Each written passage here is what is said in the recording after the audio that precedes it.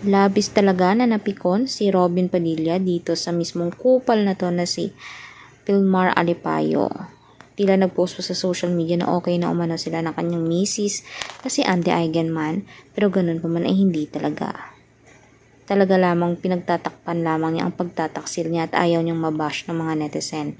Dahil umano sa dami umano ng mga fans niya before, ay talagang parang nagalit na sa kanya at kay Andy side na talaga napunta ang lahat ng mga fans nila. Totoo naman.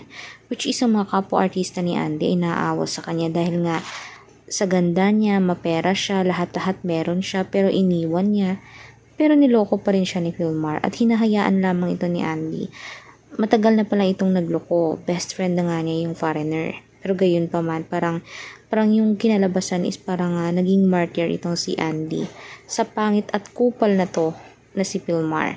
Kaya nga napipikon itong si Robin Padilla dahil inaanak niya pala itong si Andy Eigenman. At kahit pa paano ay mahal din naman ni Robin ang nanay ni Andy na si Jacqueline Jose dahil naging magkaibigan sila at nagkaroon din naman ng mga samahan. Kaya naman ang mga senador ay nakita din ang mga viral na post at video na kumakalat.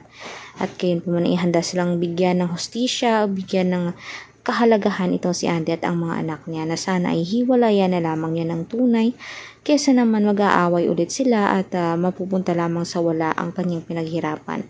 Maging steady na lamang siya sa kanyang anak at maging maligaya na lamang kasama ang mga anak niya. Agree ba kayo dito mga kanetizen? I-komento niyo sa baba inyong mga suggestion at opinion. At huwag kalimutan mag-subscribe, i-like at i-share ng ating videos in public. Maraming salamat po mga kanetizen.